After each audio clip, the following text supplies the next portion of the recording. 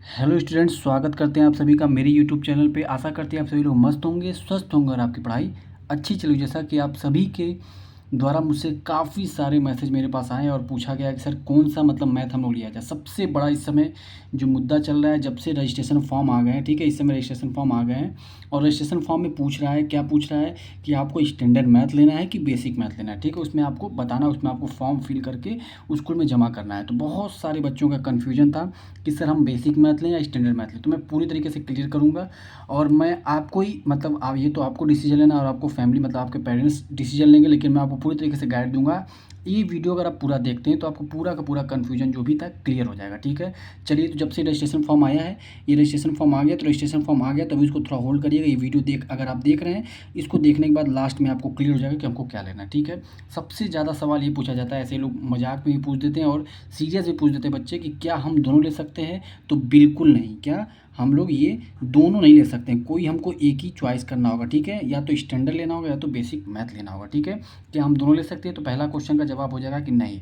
दूसरी बात, basic math की कौन कौन ले सकता है उसको मैं बता दूं, और बेसिक मैथ अगर आप लेते हैं तो क्या क्या आगे आप कर सकते हैं, मतलब आपका जो स्कोप है, सीधा सीधा आप समझ लीजिए कि अगर आपने बेसिक मैथ लिया तो आगे उसका क्या स्कोप मिलेगा। ठीक है, मतलब आगे आगे आप क्या कर सकते हैं फ्यूचर में। ठीक है, तो अगर आप बेसिक मैथ लेते हैं तो आप आर्ट से कोई भी सब्जेक्ट, चाहे वो हिस्ट्री हो, ठीक है, चाहे वो ज्योग्राफी हो, चाहे आर्ट्स के कोई भी सब्जेक्ट हो, ठीक है, हिस्ट्री सिविक्स हो, ज्योग्राफी हो, ठीक है, ये सब्जेक्ट आप लेकर के 11 12 की पढ़ाई कर सकते हैं। ठीक है, और उसमें भी आपको मैथ भी अगर लेना होगा तो बहुत ही बेसिक मैथ मिलेगा, वो आपको स्टैंडर्ड मैथ नहीं मिलेगा या मैथ नहीं मिलेगा, मान के चलिए। ठीक है, पीसीबी, अगर आपको पीसीबी से पढ़ना है, फिजिक्स केमिस्ट्री बायोलॉजी से पढ़ना है 11 12, तो आप बेसिक मैथ ले लीजिए। अगर आपको नीट की तैयारी करनी है साथ ही साथ, तो पीसीबी भी रहेगा। तो पीसीबी में अगर आप नीट की तैयारी करना चाहते हैं तो मैं तो ज़्यादातर प्रेफरेंस करता हूँ कि आप स्टैंडर्ड मैथ लीजिएगा। क्यों? क्योंकि जब आप नीट की तैयारी करते हो तो उसमें फिजिक्स आता है और फिजिक्स में न्यूमेरिकल थोड़े अच्छी लेवल के होते हैं, इसीलिए आप उसमें स्टैंडर्ड मैथ आप ले सकते हैं। ठीक है, दूसरी बात, अगर आपको आगे कॉमर्स से पढ़ाई करना है, ठीक है, नीट अगर आप ले रहे हैं, बेसिक मैथ से भी आपका काम चल सकता है। ठीक है, बेसिक मैथ भी आप ले सकते हैं।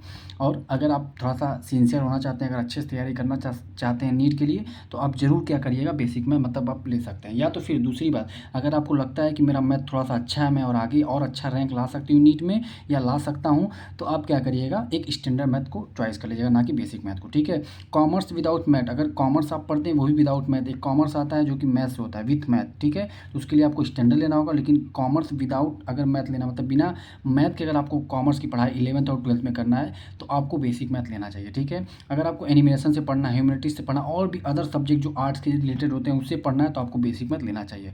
और सबसे बड़ी बात, अगर आपको लगता है कि मुझे मैथ का फोबिया है, मुझे मैथ से डर है, मैं मैथ में पास नहीं हो पाऊंगा, मैं मैथ में एकदम बेकार करता हूँ, मैथ मुझे समझ में नहीं आती है, मैथ का मुझे डर है, अगर आपके दिमाग में ये सब चीज़ें हैं तो आप बेसिक मैथ ले सकते हैं। ठीक है, हालांकि मैथ कोई ऐसा सब्जेक्ट नहीं है जो आपको समझ में ना आए। को हर सब्जेक्ट, अगर आप अच्छे से कोई भी सब्जेक्ट आप लेके चलिए, अगर आप अच्छे से पढ़ते तो ज़रूर समझ में आएगा।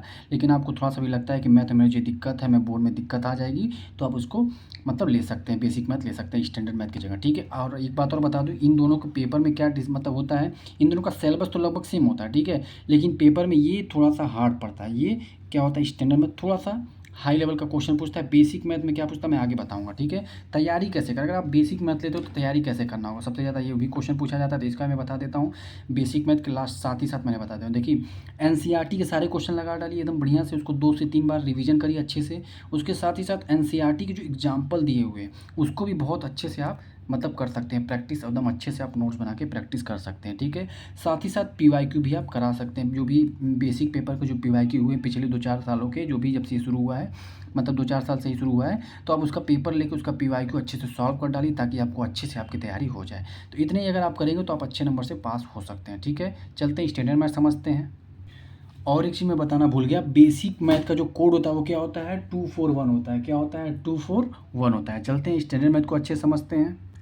अब स्टैंडर्ड मैथ देखिए, अगर आपको स्टैंडर्ड मैथ लेना है, अगर आप लेते हैं तब क्या होगा, उसका कोड सबसे पहले समझिए, सब्जेक्ट कोड क्या हमारा 041 है। ठीक है, अगर आपको पीसीएम से, फिजिक्स से, केमिस्ट्री से और मैथ से अगर आपको 11th 12th पढ़ाई करना है तो आपको स्टैंडर्ड मैथ ही लेना चाहिए। ठीक है, आपको ही लेना पड़ेगा, तभी आपको 11th में मैथ मिलेगी। ठीक है, साथ ही साथ अगर आपको कोई इंजीनियरिंग करना है, इंजीनियरिंग करना मतलब बीटेक करना है, बीटेक की कोई भी कोर्स करने हैं, वो भी 12th के बाद, आफ्टर 12th के बाद ही आप बीटेक करते हैं, आईआईटी की तैयारी करते हैं, तो आपको क्या करना होगा, स्टैंडर्ड मैथ लेना होगा। अगर आप आईआईटी की तैयारी करते हैं, क्या करते हैं, आईआईटी की तैयारी करते हैं, तो भी आपको क्या करना होगा, स्टैंडर्ड मैथ लेना होगा। ठीक है, टिक कॉमर्स विथ मैथ, अगर आपको कॉमर्स पढ़ना है साथ ही साथ आपको कॉमर्स में मैथ भी लेना है 11th-12th में, तो आपको क्या लेना होगा, स्टैंडर्ड मैथ लेना होगा। ठीक है, इसकी तैयारी, और कोई मतलब अगर आप बीएससी पढ़ना चाहते हैं, बीएससी की तैयारी मतलब बैचलर ऑफ साइंस, ठीक है, उसके बाद बैचलर्स ऑफ साइंस के बाद क्या होता है, एमएससी होता है। ठीक है, अगर आपको बीएससी एमएससी करना है, ठीक है, तो आपको क्या लेना होगा, स्टैंडर्ड मैथ लेना होगा। ठीक है, एकदम सिंपल सी बात है, कोई दिक्कत इसमें नहीं है। तैयारी कैसे करेंगे, लास्ट में मैं इसका मतलब अच्छे से सॉल्यूशन बताऊंगा कि आखिर क्या मैंने बताया आपको।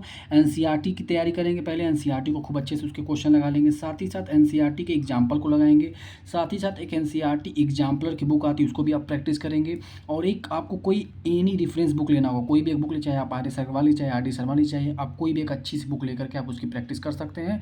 और साथ ही साथ आपको स्टैंडर्ड मैथ के जो पीवाईक्यू हैं उसको भी आपको प्रैक्टिस करना होगा। ठीक है, अब सीधी सीधी बात ये समझ लीजिए कि अगर आपको भविष्य में, अगर 10th के बाद आपको मैथ से पढ़ाई करना है, क्या करना है, अगर मैथ से आपको पढ़ाई करना है, अगर आपको लग रहा है कि मुझे आगे मैथ से पढ़ना है, तो आपको हमेशा स्टैंडर्ड मैथ को ही चूज़ करना पड़ेगा। ठीक है, अगर आपको लगता है कि किसी भी तरीके से मुझे मैथ का कोई ज़रूरत नहीं है, आगे चल करके आपको मैथ एकदम नहीं लेना है, तो आपको क्या लेना होगा, बेसिक मैथ लेना होगा। ठीक है, और अगर आगे आपको लग रहा है कन्फ्यूजन है कि हो सकता है मैं मैथ ले भी लूँ नहीं भी लूँ, तब भी आप स्टैंडर्ड मैथ ही चॉइस करें, ताकि आपके पास एक ऑप्शन खुल जाए कि मैं आगे चल के मैथ से पढ़ाई कर सकता हूँ। ठीक है, अगर आप बेसिक मैथ लेते तो आगे चल के आप मैथ के कोई भी सब्जेक्ट या कोई भी चीज़ आप आगे कंटिन्यू नहीं कर पाएंगे। उसके लिए एक अलग प्रावधान है कि आप फिर आप अलग से फॉर्म भरेंगे, मतलब उसका कंपार्टमेंट पेपर देंगे, और कंपार्टमेंट पेपर आप क्या कर सकते हैं, बेसिक से स्टैंडर्ड दे सकते हैं दोबारा, लेकिन वो चीज़ें काफ़ी कॉम्प्लिकेटेड हो जाती है, तो अभी से आप डिसाइड कर लेंगे तो चीज़ें क्लियर रहेंगी। ठीक है, अगर आगे चल के अगर आपको लग रहा है कि हम स्टैंड मतलब कोई भी मैथ की चीज़ हमको करनी है या पढ़नी है, तो आप स्टैंडर्ड मैथ लीजिएगा। और एक बात और, मतलब अगर आपको लग रहा है कि स्टैंडर्ड बहुत ज़्यादा हार्ड है या बेसिक मैथ बहुत आसान है, तो ऐसा कुछ बहुत ज़्यादा इशू नहीं। स्टैंडर्ड मैथ में क्या होता है, थोड़ी सी चीज़ें बस अच्छी हो जाती है, पढ़ना तो सब कुछ है। देखिए एक चीज़ और बता दें, सिलेबस क्या होता है, लगभग सेम होता है। ठीक है, कोई ज़्यादा सिलेबस में डिफरेंस नहीं होता है। आपको बस क्या करना है, थोड़ा सा जो प्रैक्टिस होता है ना, जो आप पढ़ेंगे, जो सब्जेक्ट की तैयारी करेंगे मैथ की, उसको थोड़ा सा अच्छे लेवल पे आपको करना होता है। ठीक है, थोड़ी अच्छी सी पढ़ाई करनी होती है। ठीक है, और बेसिक मैथ में क्या होता है कि आप एग्जाम्पल पढ़ लेंगे और एनसीईआरटी बुक अच्छे से पढ़ लेंगे तो आप अच्छे नंबर से पास आउट हो सकते हैं, लेकिन इसके लिए आपको क्या करना, थोड़ा सा और अच्छे से मेहनत करना होगा। ठीक, बस थोड़ा सा डिफरेंस है, बहुत ज़्यादा एक प्रकार से भूत नहीं है या हौवा नहीं है कि एकदम आपको डरना है स्टैंडर्ड मैथ से। ठीक है, एकदम डरना नहीं है, आप स्टैंडर्ड मैथ लेके पढ़ाई कर सकते हैं। बाकी मैं क्या करने वाला हूँ, नेक्स्ट कुछ दिनों में अगर आप कहेंगे तो मैं पीवाईक्यू डालने वाला हूँ। ठीक है, एक बेसिक मैथ का पीवाईक्यू डाल दूंगा, और साथ ही साथ एक स्टैंडर्ड मैथ का भी पीवाईक्यू डाल दूंगा, आप उसको देख सकते हैं। ठीक है, मैं उसका प्लेलिस्ट बना के उसको डाल दूंगा। ठीक है, ताकि आपको और अच्छे से क्लियर हो जाए, और आप उठाकर गूगल पर जाकर आप चेक भी कर सकते हैं बेसिक का जो पेपर होगा और स्टैंडर्ड का जो पेपर होता है, ये दोनों अलग अलग दिन होता है। ऐसा नहीं कि दोनों एक ही दिन होगा, ऐसा कुछ नहीं है, एक दिन भी हो सकता है, लेकिन अलग अलग टाइमिंग पे होगा। ठीक है, तो इन दोनों का पेपर अगर आप देखेंगे तो दोनों में बहुत ज़्यादा डिफरेंस नहीं, बस थोड़ा सा डिफरेंस ये होता है कि स्टैंडर्ड इसका नाम है तो थोड़ा स्टैंडर्ड पेपर होता है। ठीक है, ये बेसिक का इसलिए कॉन्सेप्ट हुआ था, मैं आपको ये भी बता दे रहा हूँ कि बेसिक का कॉन्सेप्ट इसलिए हुआ था, जो बच्चों को आगे चल के फ्यूचर में एकदम मैथ से उनका नाता क्या करना है, तोड़ देना है, तो उनको मैथ पढ़ना ही नहीं है, जिनको एकदम पल्ले ही नहीं पड़ता है, उनके लिए बेसिक आता है। कम से कम आप बेसिक लेकर के आप पास आउट हो सकते हैं, फिर मैथ को आप छोड़ सकते हैं।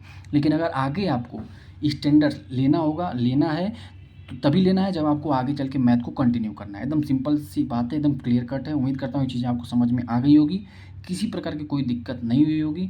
अगर आपको लगता है कि मैथ में मुझे बहुत दिक्कत है, मैं नहीं समझ पाता हूँ, तो भी आप बेसिक ले सकते हैं, इसमें कोई दिक्कत नहीं है। बस यही 2 चीज़ें आप ध्यान रखिएगा, चीज़ों को मैंने आपको अच्छे समझा दिया। एक बार मैं फिर से लास्ट में बता कर इस वीडियो को समाप्त करूँगा। सीधी सी बात है कि अगर आपको बेसिक मतलब आपको मैथ आगे चल के कंटिन्यू नहीं करना है, तो आप बेसिक ले लीजिएगा।